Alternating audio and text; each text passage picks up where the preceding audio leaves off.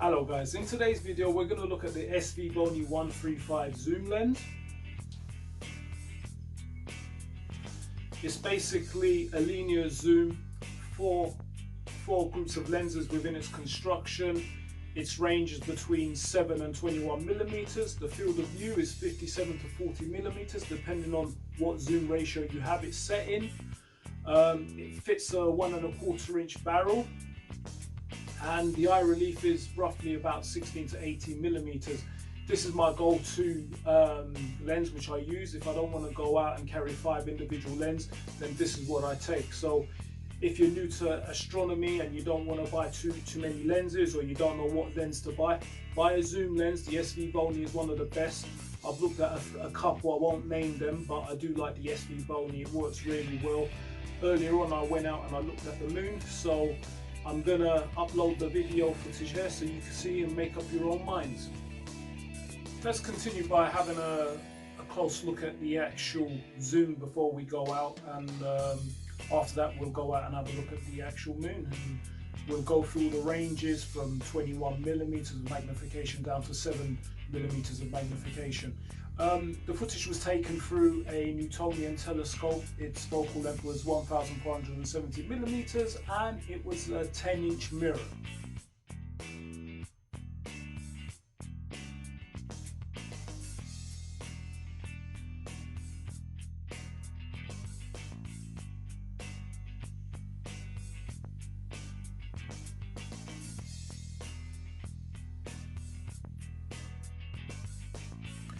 An SV moon filter was used. It's designed to increase contrast and reduce glare.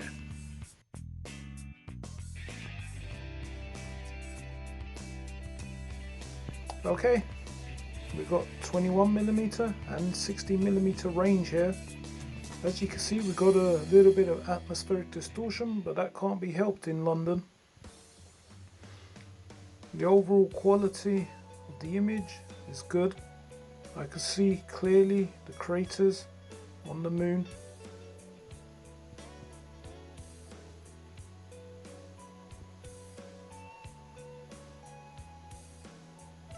I basically swept all the way across the moon in all upcoming ranges, focal lengths, just to give you guys an idea of what this zoom could do.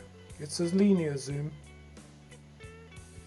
and the good thing is when you change from one magnification to the other, you don't have to refocus the telescope.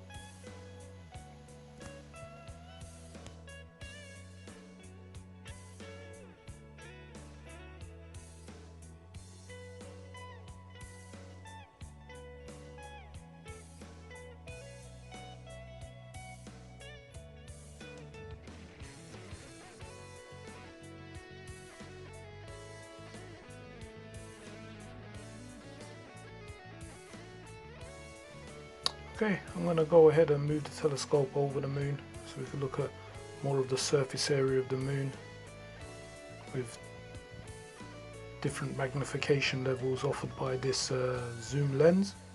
As you can see, the images are sharp. You can clearly see the craters on the face of the moon. Remember, this is what you'll actually see when you look through the eyepiece yourself. As a matter of fact, the image you will see will be even better because it will be with the naked eye. When you film through lenses with a mobile phone or camera, it's never as good as what you get when you physically look through it yourself with your own eye.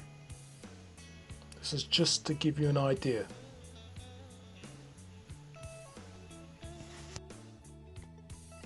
Okay, we're going to look at the 12 and the 9 millimeter clips now. Just remember that my focal length is 1470 millimeters, so my magnification is dependent on this. Now, if your telescope has a different focal length, then your magnification will also be different.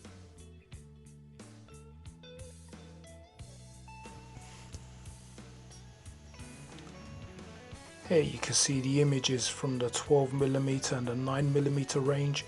Unfortunately, we've got some clouds passing the moon at the moment, but regardless,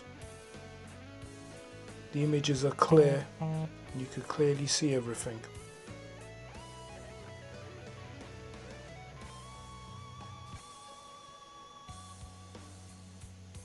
In a moment I'm going to go ahead and move the telescope over the surface of the moon as I did before, and you should get some more details. Remember, the views that you're going to see with your naked eye will be better. So if they look good to you right now on screen, it will be even better.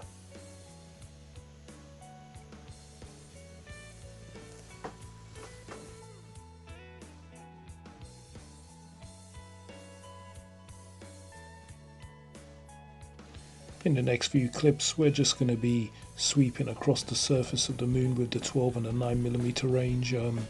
If you want to go ahead, you can fast forward to the next clip and see the 7mm.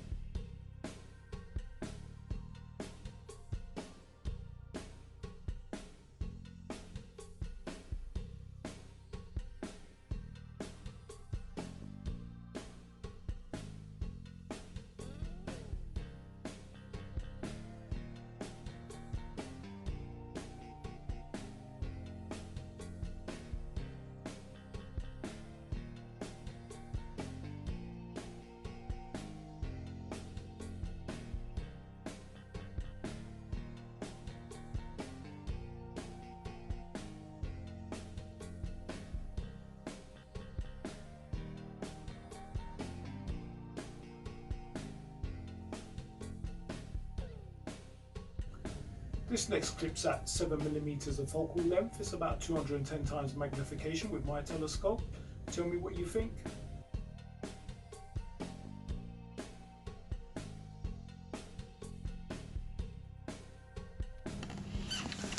As you can see, the moon fills up the eyepiece a lot more with this much magnification.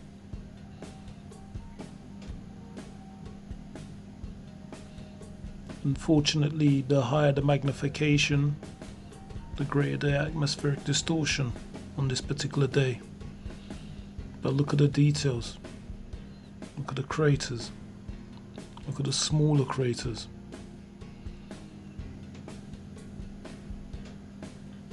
Imagine what the view would be like without the distortion. That's what you got to think about. It's not always going to look like this. It would be better.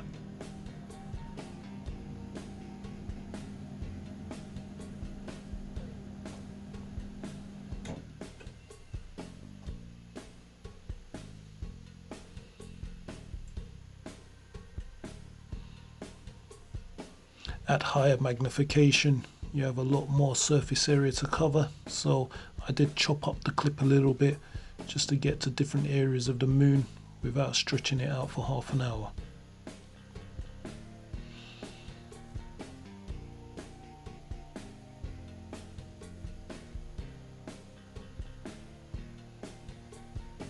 I mean, the fact that you can actually see the smoke from the clouds going past the moon would suggest how good the actual lens is also.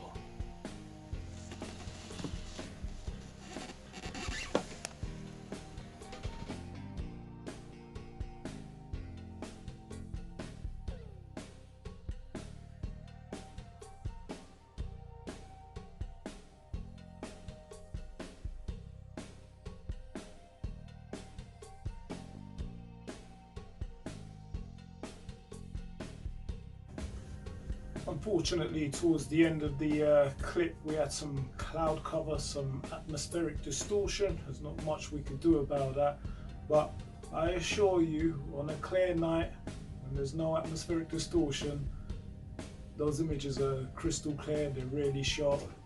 So yeah, hope you enjoyed the video. Like and subscribe. Tell me what you think. If you've got this eyepiece yourself and you're using it, well done.